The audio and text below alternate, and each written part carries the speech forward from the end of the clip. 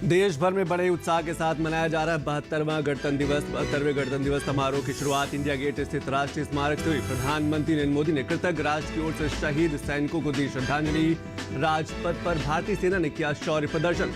अलग अलग राज्यों की झांकियों ने देश की संस्कृति और सभ्यता की झलकियां। पहली बार राजपथ के आसमान में लहराया राफेल।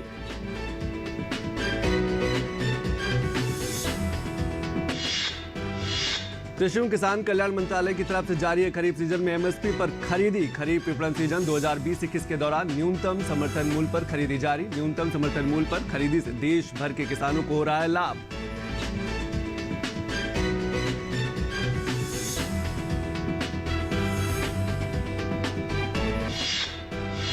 मध्य प्रदेश में गुजरात की तर्ज पर गोबर और पराली से बायो सीएनजी गैस व जैविक खाद बनाने पर जोर। रोजाना करीब 25 टन ठोस और 700 लीटर जैविक खाद के उत्पादन का है लक्ष्य। रायसेन में पराली और गोबर के मिश्रण से बायोगैस खाद बनाने के मॉडल प्लांट लगाए जाने की है योजना।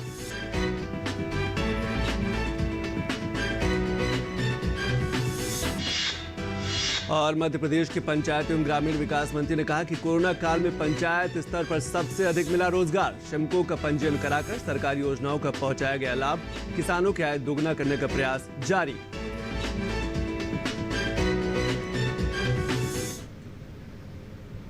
नमस्कार, मैं हूं संतोष चौधरी। खबरें विस्तार से। 72वें गणतंत्र दिवस समारोह की शुरुआत इंडिया गेट स्थित राष्ट्रीय स्मारक से हुई। प्रधानमंत्री नरेंद्र मोदी ने कृतज्ञ राष्ट्र की ओर से शहीद सैनिकों को श्रद्धांजलि दी। राष्ट्रीय समर स्मारक पर प्रधानमंत्री मोदी द्वारा श्रद्धा सुमन अर्पित करने के बाद गार्ड कमांडर ने सलामी शस्त्र तथा शोक शस्त्र का आदेश दिया, जिसके बाद बिगुल वादकों की ओर से लास्ट पोस्ट की धुन बजाई गई। इस मौके पर धुन समाप्त होते ही अमर शहीदों की स्मृति में 2 मिनट का मौन रखा गया। प्रधानमंत्री ने आगंतुक पुस्तिका में अपने विचार लिखे। यहाँ से प्रधानमंत्री और अन्य गणमान्य व्यक्तियों ने सलामी मंच की ओर प्रस्थान किया। दोनों हम आजा।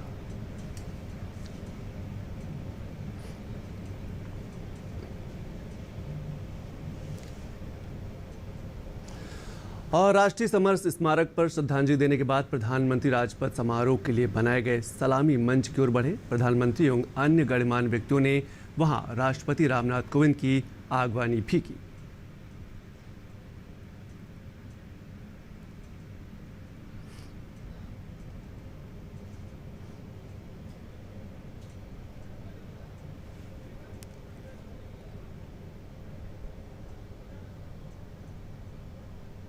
बहत्तरवें गणतंत्र दिवस समारोह में राष्ट्रपति रामनाथ कोविंद का काफिला अपने 46 सजीले घुड़सवार अंगरक्षक दस्ते के साथ सलामी मंच के करीब पहुंचा। मंच के करीब प्रधानमंत्री, रक्षा मंत्री एवं अन्य गणमान्य व्यक्तियों ने राष्ट्रपति रामनाथ कोविंद की अगवानी की। राष्ट्रपति को 223 रेजिमेंट की सामरिक बैटरी द्वारा 21 तोपों की सलामी दी गई। राष्ट्रपति ने ध्वजारोहण किया।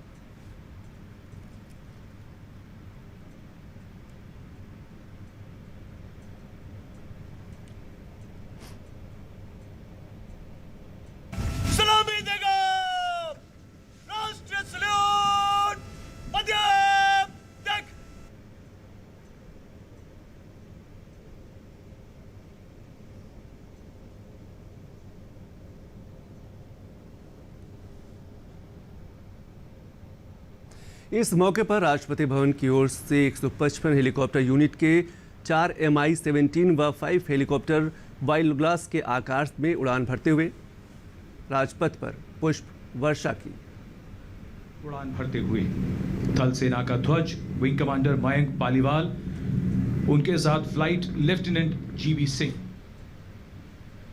राजपथ पर इस वर्ष परेड का नेतृत्व मुख्यालय दिल्ली क्षेत्र के general officer commanding lieutenant general Vijay Kumar Mishra ने किया। परेड की शुरुआत में सबसे पहले देश के सर्वोच्च बहादुरी पुरस्कार से सम्मानित विजेताओं ने परेड कमांडर का अनुकरण किया। 2 परमवीर चक्र विजेता सूबेदार मेजर योगेंद्र सिंह यादव, सूबेदार संजय कुमार और अशोक चक्र विजेता lieutenant colonel V Shriram Kumar parade में शामिल हुए। राजपथ पर पहली बार बांग्लादेश की सशस्त्र सेनाओं के 122 सैनिकों का मार्चिंग दस्ते ने अपनी उपस्थिति दर्ज करवाई। इस दस्ते का नेतृत्व लेफ्टिनेंट कर्नल अबू मोहम्मद शाहनूर शावोन और उनके डिप्टी लेफ्टिनेंट फरहान इशराक और फ्लाइट लेफ्टिनेंट सिवत रहमान ने किया। इस दस्ते में बांग्लादेश की थल सेना, नौसेना और वायुसेना के जवान शामिल रहे।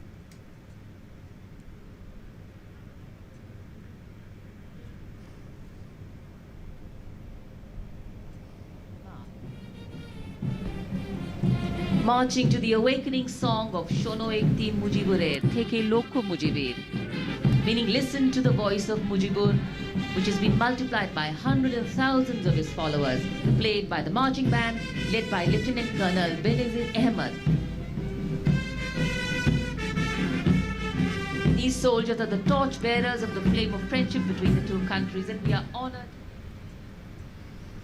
ग्वालियर लांसर की समारोहिक पोशाक में 61वीं कैवलरी का दस्ता ने भी राजपथ पर अपनी उपस्थिति दर्ज करवाई। कैप्टन दिव्यांशु शोरान के नेतृत्व वाली इस कैवलरी को दुनिया में अपनी तरह का अकेली सक्रिय घुड़सवार रेजिमेंट होने का गौरव हासिल है।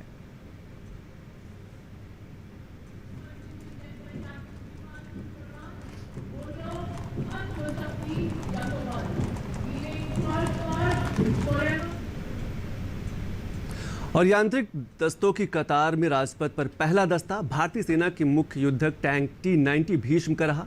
उसके पीछे इन्फेंट्री कॉम्बैट व्हीकल VMP-2 सारथ रहा। अगला दस्ता 861 मिसाइल रेजिमेंट का ब्रह्मोस मिसाइल प्रणाली के मोबाइल ऑटोनोमस लॉन्चर का था। इसके बाद राजपथ पर अगला number Pinaka multi launcher rocket प्रणाली के दस्ते का था।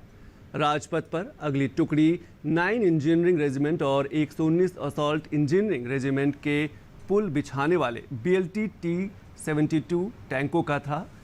यांत्रिक दस्तों की श्रेणी में अगला दस्ता कोर ऑफ सिग्नल्स के अत्याधुनिक इलेक्ट्रॉनिक युद्धक प्रणाली समविजय का रहा।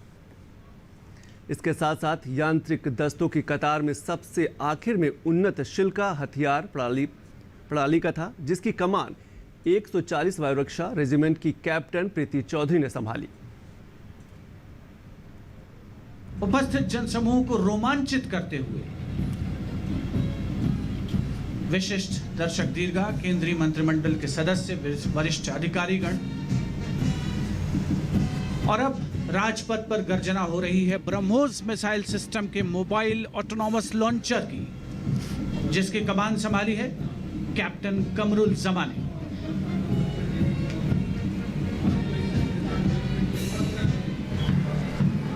ब्रह्मोस के बाद अब रुक करते हैं 861 रॉकेट रेजिमेंट के Pinaka multi launcher rocket system का।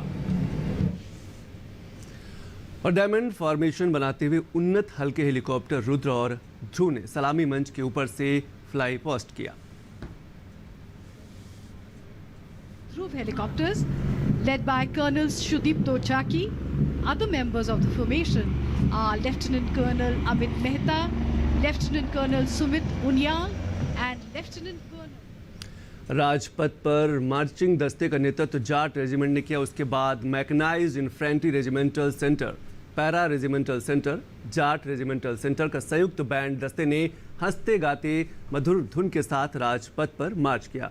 युद्धाय कृत निश्चय के साथ राजपथ पर अगला दस्ता गढ़वाल राइफल्स का रहा, जिसके पीछे महार रेजिमेंट का दस्ता था।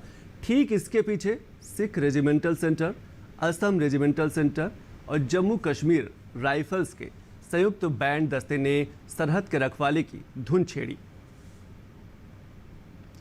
राजपथ पर जम्मू कश्मीर राइफल्स रेजिमेंट मार्च दस्ते का नेतृत्व मेजर हरीश ठाकुर ने संभाला। इसके पीछे बंगाल सैफर्स का दस्ता था, जिसकी कमान मेजर पीयूष शर्मा के हाथ में थी। Sikh light infantry regimental centre, Ladakh scout regimental centre, artillery centre, Nashik road का संयुक्त बैंड दस्ता बलिदान की धुन पर राजपथ पर आगे बढ़ा।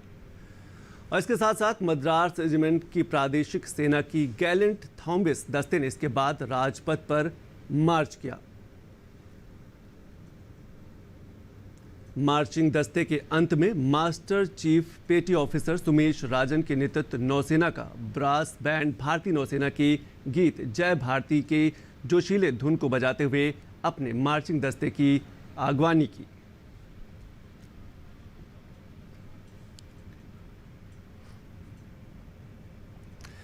और अब आपको दिखाते हैं दिल्ली के राजपथ पर आयोजित मुख्य समारोह देखने आए दर्शकों की क्या प्रतिक्रिया रही।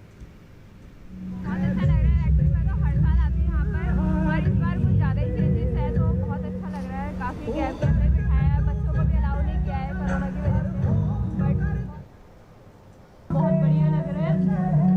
आज एक्चुअली फर्स्ट टाइम 26 जनवरी देखने आ रही हूँ दिल्ली में। It is feeling to be very pride. बहुत ही ज़्यादा अच्छे सिक्योरिटी है, वे भी बहुत अच्छा है जिससे आदमी सेफ्टी। तो देश भर में 72वें गणतंत्र दिवस की धूम है। देश के अलग अलग राज्यों में गणतंत्र दिवस के मौके पर तिरंगा फहराया गया। अलग अलग राज्यों की बात करें तो उसमें महाराष्ट्र, कर्नाटक, केरल, तेलंगाना, छत्तीसगढ़ और पश्चिम बंगाल में भी ध्वजारोहण करके देशभक्ति की लहर देखी गई।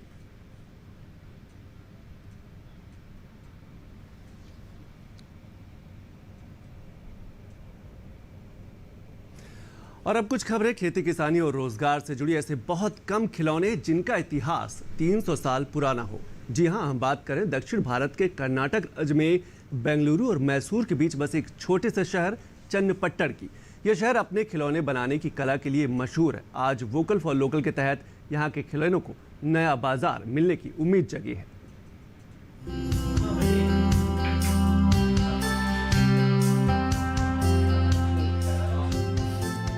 खिलौना शहर चन्नपट्टन में लकड़ी के बने रंगीन खिलौने न केवल देश भर में बल्कि यूरोप और अमेरिका में भी पाए जाते हैं। हजारों कारीगर चन्नपट्टन में खिलौना बनाने के शिल्प में लगे हुए हैं, जिसे गोमबेगला नगर या खिलौना शहर के रूप में जाना जाता है। कई परिवारों में एक साथ पीढ़ियों के लिए शिल्प का अभ्यास किया गया है। यह पारंपरिक शिल्प अब एक भौगोलिक संकेत जीआई टैग के साथ संरक्षित है। जी, ये बच्चों का खिलौना तैयार हो रहा है। इससे बच्चों को, स्कूल के बच्चों को बहुत से फ़ायदा है इसमें। ये बच्चे खिलौना भी समझ सकते हैं मगर गिनती भी गिन सकते हैं। जैसा कि ये काट दिया तो 1 1, जैसा कि ये काट दिया तो इसको 2 3। ऐसा बोलने से क्या है, बच्चों को लैंग्वेज भी मिल जाता है।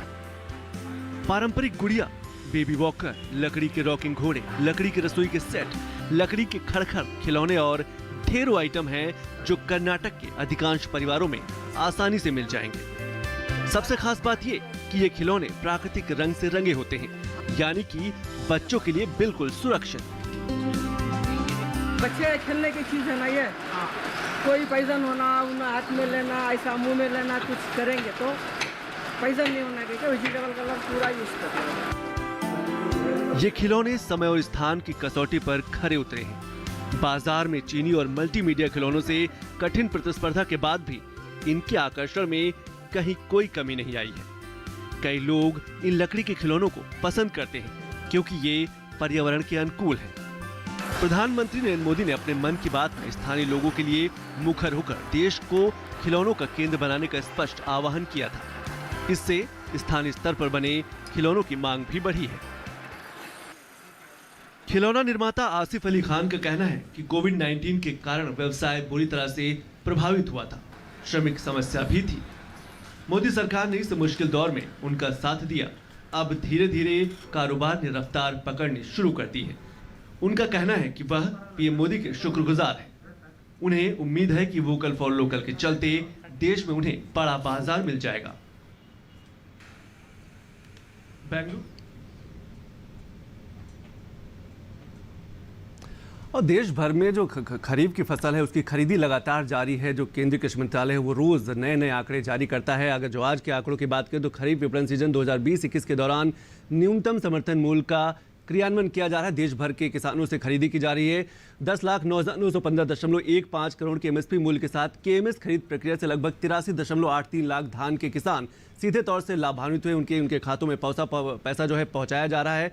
खरीफ विपणन सीजन 2020-21 के दौरान एमएसपी पर देश के अलग अलग राज्यों से खरीद जो है वो लगातार की जा रही है। अगर हम राज्यों की बात करें तो खरीफ 2020-21 के लिए धान की खरीदी की बात करें तो पंजाब, हरियाणा, उत्तर प्रदेश, तेलंगाना के साथ साथ जो दूसरे राज्य उसमें उत्तराखंड है, तमिलनाडु है, चंडीगढ़ है, जम्मू और कश्मीर है, केरल है, जहां राज्यों से और जो सरकार है लगातार किसानों से सीधी खरीदी कर रही है। कर्नाटक और पश्चिम बंगाल जैसे राज्यों, इसके साथ साथ केंद्र शासित प्रदेशों में सुचारू रूप से खरीफ की फसलों की खरीदी समर्थन मूल्य पर चल रही। पिछले वर्ष के 483.38 लाख मीट्रिक टन की तुलना में इस वर्ष 582.17 लाख मीट्रिक टन अधिक धान खरीदा गया है। ये जो आंकड़े हैं प्रतिदिन केंद्रीय कृषि मंत्रालय जारी करता है। पिछले वर्ष की अवधि की तुलना में 20.43% की वृद्धि है, यानी कि बढ़ोतरी। इस बार की खरीद ज्यादा हुई है। मूल्य समर्थन योजना के तहत 51.92 लाख मीट्रिक टन दलहन और तिलहन की खरीद को भी सरकार ने स्वीकृति प्रदान कर दी। इसके अलावा आंध्र प्रदेश, कर्नाटक राज्यों के लिए कोपरा की, यानी कि जो 12 फसलें होती हैं, वो 1.23 लाख मीट्रिक टन की भी खरीद को स्वीकृति दी गई है। दाल और तिलहन के लिए 2.50 लाख मीट्रिक टन की खरीद को भी स्वीकृति प्रदान की गई है, ताकि किसानों को फायदा पहुंच सके।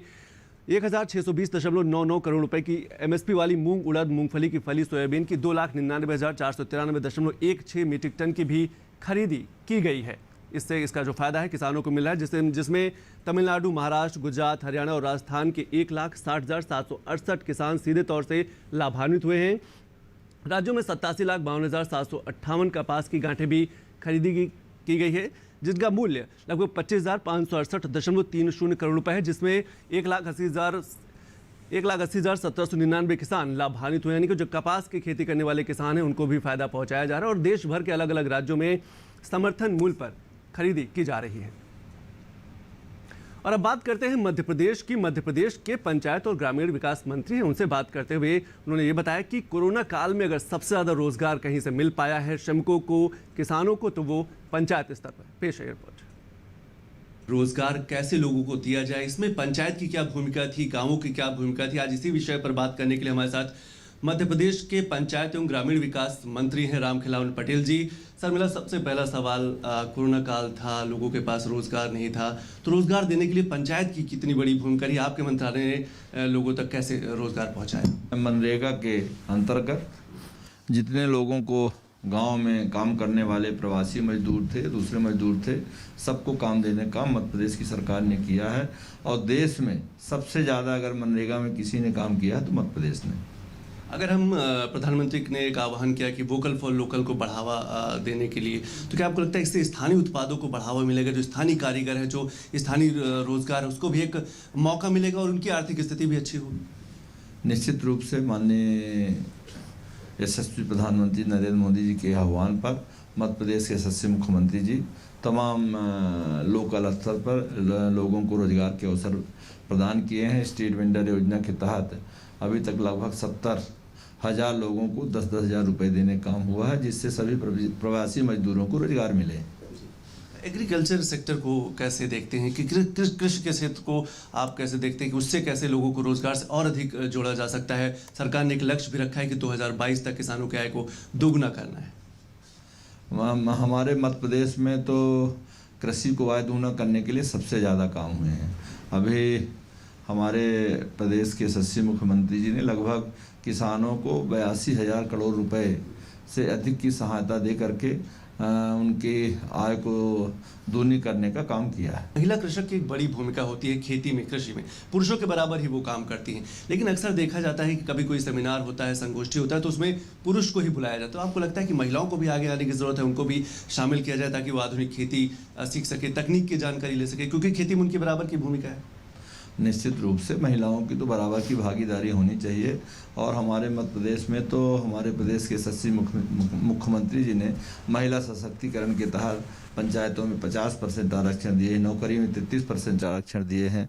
अभी लगभग स्व सहायता समूहों को 150 करोड़ रुपए 4% ब्याज में प्रति माह डाल रहे हैं। मैंने साल में 1800 करोड़ रुपए महिलाओं के कल्याण के लिए हमारे प्रदेश के यशस्वी मुख्यमंत्री जी महिला स्व सहायता समूह के बहनों के लिए पैसा दे रहे हैं। बात करने के लिए तो ये थे मध्य प्रदेश के पंचायत और ग्रामीण विकास मंत्री, जिनका मानना है कि महिलाओं को भी आगे आने की जरूरत है और किसानों को तकनीक और आधुनिक खेती की तरफ बढ़ने की जरूरत है, तभी 2022 का जो लक्ष्य है कि किसानों का आय दोगुना करना है वो पूरा हो पाएगा। संतोष चौधरी, टीटी न्यूज़, दिल्ली। और अब बात करेंगे पंजाब की। देश के जाने माने जो कृषि अर्थशास्त्री हैं, उन्होंने कहा है कि पंजाब को अपनी खेती में बदलाव करने की ज़रूरत है। भारत के प्रमुख कृषि अर्थशास्त्री ने कहा कि पंजाब अब गेहूं और धान की खेती में कमी लाए, क्योंकि इसमें पानी ज़्यादा लगता है। इसके साथ साथ रासायनिक खादों का भी प्रयोग होता है। करीब 50 लाख हेक्टेयर भूमि की खेती को उत्तर प्रदेश, बिहार, पश्चिम बंगाल के गंगा मैदानी में कराए जाने की उन्होंने मांग की। उन्होंने कहा कि अर्थशास्त्री ने कहा कि हरित क्रांति का उद्देश्य पूरा हो चुका है, अब हमें खेती में बदलाव लाने की जरूरत है ताकि पर्यावरण भी बेहतर हो सके, जमीन की उर्वरा शक्ति भी बेहतर हो सके। 1960 में PL40 नामक योजना से अमेरिका से गेहूं मिलता था, पर अब हम खाद्यान्न में आत्मनिर्भर हो चुके हैं। जैसे जैसे पैदावार बढ़ी, इसमें रसायनों की मात्रा भी बढ़ गई है। गेहूं की खेती लाभदायक तो है, पर रासायनिक खादों का अधिक प्रयोग होने से जमीन कहीं न कहीं उसका क्षरण हो रहा है। मौजूदा समय में हमारा खाद्यान्न उत्पादन बफर स्टॉक मानदंडों से 4 गुना ज्यादा है, इसीलिए खेती में बदलाव करने का समय अब आ गया है। पैदावार में वृद्धि के साथ साथ पीढ़ी दर पीढ़ी प्रति व्यक्ति कृषि भूमि की उपलब्धता में भी कमी आई है। भारत में औसत भूमि उपलब्धता 2 एकड़ है और पंजाब की अगर बात करें तो पंजाब में ये लगभग 2.5 एकड़ प्रति किसान के हिसाब से है। भारत में 80% किसान है वो छोटे किसान, जबकि पंजाब में संख्या 25 से 30% है। ये भी एक बड़ी समस्या है। धान गेहूं का जो मोनोकल्चर पंजाब को रेगिस्तान बनाने की ओर बढ़ रहा है, क्योंकि लगातार पानी घट रहा है और रासायनिक खादों का प्रयोग हो रहा है। पंजाब में सबसे बड़ी समस्या जल स्तर में गिरावट और इसका प्रदूषण है। प्रदूषण इसलिए कि लगातार रासायनिक खादों का प्रयोग हो रहा है, इसलिए जमीन की जो गुणवत्ता है वो प्रभावित हो रही है। पंजाब में भूमि की प्रति इकाई के हिसाब से उर्वरक का इस्तेमाल देश में सबसे अधिक होता है, यानी कि उर्वरक का इस्तेमाल पंजाब एक ऐसा राज्य जहां पर सबसे अधिक किया जाता है। बढ़ते शहरीकरण के कारण बारिश का पानी भी जमीन में अवशोषित नहीं हो पाता, इसीलिए जल स्तर धीरे धीरे घटता जा रहा है। खेती की जमीन से जो पानी अवशोषित होता भी है तो उसमें कीटनाशकों और उर्वरकों की काफी मात्रा होती है। भूजल प्रदूषित हो रहा है। पंजाब में स्वच्छ पेयजल 350 से 500 फीट तक गहरे ट्यूबवेल से ही मिल सकता है। एक बड़ी समस्या, इसीलिए खेती में बदलाव करने की जरूरत है। और अभी वक्त है एक छोटे से ब्रेक का। देखते रहिए किसान समाचार।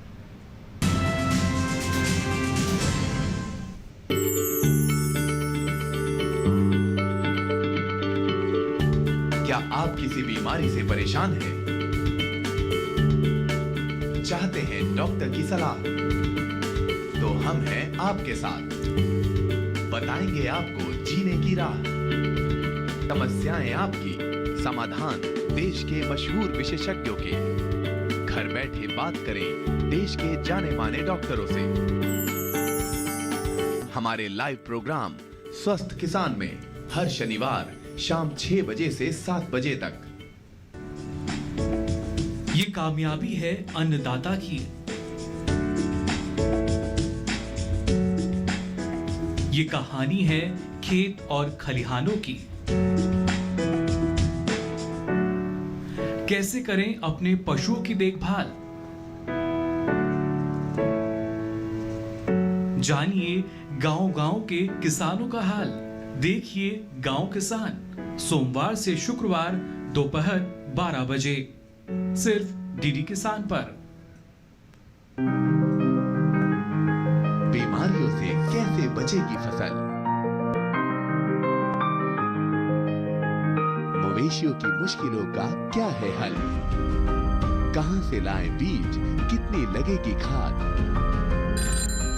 किसानों के हर फोन का विशेषज्ञ देंगे जवाब। देखिए हेलो किसान लाइव सोमवार से शुक्रवार शाम 6 बजे।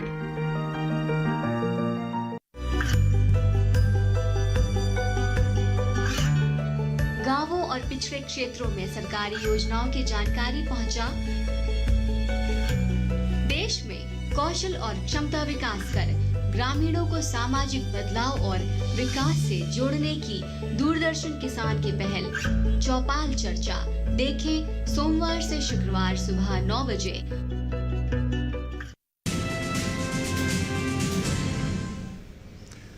तो ब्रेक के बाद आप सभी का स्वागत है और बात करेंगे बदलते भारत के और बढ़ते स्वास्थ्य की। जी हां, भारत सरकार फिट इंडिया और ग्रामीण युवाओं को खेल के प्रति जागरूक करने और उन्हें खेल के माध्यम से आगे बढ़ाने का लगातार प्रयास करे। पर आज आपको मिलवाते हैं कुछ ऐसे युवाओं से जिन्होंने सरकारी सहायता की राह नहीं देखी और अपने लिए उन्होंने खुद स्टेडियम बना डाला, जहां आज सैकड़ों ग्रामीण युवा खिलाड़ी दिन रात पसीना बहा रहे ताकि राज्य और देश का नाम रोशन कर सके। पेश है रिपोर्ट। फिट इंडिया का सपना साकार हो, इसके लिए जरूरी है कि देश के गांव-गांव तक खेल के प्रति युवाओं में रुचि जागृत की जाए। उत्तर प्रदेश के गुरुवारा क्षेत्र में पिछले दिनों कुछ ऐसा ही देखने को मिला। अपने सपने को साकार करने को बेताब युवाओं की एक टोली ने ग्राम समाज की वर्षों से खाली पड़ी जमीन पर एक छोटा सा प्लेग्राउंड बना दिया। आज यहां आसपास के कई गांव के लड़के लड़कियां अपने हौसलों को उड़ान दे रही हैं। गांव के युवाओं की मेहनत और लगन की आवाज लखनऊ तक पहुंची तो श्रम मंत्री स्वामी प्रसाद मौर्य भी खुद को इन बच्चों से मिलने से न रोक पाए। इस नए ग्रामीण प्लेग्राउंड के उद्घाटन के लिए शहीद शैलेंद्र प्रताप के नाम से एक कार्यक्रम किया गया। उत्तर प्रदेश की योगी सरकार ग्रामीण और किसानों के होनहार बच्चों को बढ़ावा दे रही है ताकि इन ग्रामीण बच्चों को उनके गांव के आसपास ही सारी सुविधा मिल सके। अभी यहाँ पर अमर शहीद शैलेंद्र प्रताप सिंह जी के स्मारक में वॉलीबॉल प्रतियोगिता हो रही है। मैंने स्वयं देखा और आप सभी देख रहे हैं कि यहाँ पर इस वॉलीबॉल प्रतियोगिता में हमारी बेटियाँ भी खेल रही हैं, लड़कियाँ भी प्रतिभाग कर रही हैं, लड़के भी प्रतिभाग कर रहे हैं। तो बेटों से कम बेटियाँ नहीं हैं। यूँ कहिए कि कुछ मायने में बेटियाँ बेटों से भी आगे हैं, इसलिए बेटियों को कम नहीं आंकना चाहिए। और इन्हीं बेटियों को तो हमारे देश में देवियों के रूप में पूजा जाता रहा है, यहाँ तक कि नवरात्र का भी। ग्राम समाज की खाली पड़ी जमीन पर स्टेडियम बनाना इतना आसान नहीं था। इसकी शुरुआत गांव के ही युवा फौजी ने की। गांव के बच्चों को इकट्ठा किया और फिर सभी ने मेहनत करके इस जमीन को स्टेडियम में तब्दील कर दिया। सबसे खास बात यह है कि उन लड़कियों को मौका मिला है जो खेल में नाम तो रोशन करना चाहती हैं, पर उन्हें ना तो मौका मिल पाता है और न ही सुरक्षित प्लेग्राउंड। हर ग्राम सभा में, हर गांव में जब छोटे लेवल स्तर से तैयारी की जाएंगी तभी जाकर बच्चे राष्ट्रीय और अंतर्राष्ट्रीय लेवल पर निकलेंगे। मैं हमेशा प्रयास करता रहा हूँ कि इन बच्चों को जो भी हो सकता है मैं अपनी तरफ से, और मैं ये भी कहता हूँ कि जो भी सरकार द्वारा मिलता है तो उससे मैं प्रयास करूँगा कि इन बच्चों को मिले, जिससे कि गरीब परिवार के जो भी बच्चे हैं ये खेले और आगे बढ़ें। मैं इसके लिए हमेशा तत्पर। योगी सरकार के श्रम मंत्री स्वामी प्रसाद मौर्य ने बच्चों के इन हौसलों की तारीफ की और कहा कि आने वाले दिनों में प्रदेश के हर किसान, हर गांव के बच्चों को खेल में सहायता और प्रोत्साहन दिया जाएगा ताकि ये होनहार बच्चे राज्य ही नहीं देश का नाम रोशन कर सके। इनका भी सम्मान होना चाहिए, इनको भी बढ़ावा मिलना चाहिए, इनको भी पढ़ाई लिखाई के बराबर का हिस्सा और मौका मिलना चाहिए, आगे बढ़ने का इनको मौका मिलना चाहिए। बेटों की तरह खुली छूट और खुला वातावरण इनको भी आगे बढ़ने के लिए मिलना चाहिए। शहीद शैलेंद्र प्रताप की याद में इन ग्रामीण बच्चों ने सरकार के फिट इंडिया के सपने को साकार कर दिया है। ये इनका हौसला ही है कि इन्होंने सरकारी सहायता की राह नहीं देखी और खुद एक स्टेडियम तैयार कर दिया। संतोष चौधरी की रिपोर्ट, डीडी न्यूज, दिल्ली। तो इन्हीं खबरों के साथ किसान समाचार में आज बस इतना ही। नमस्कार।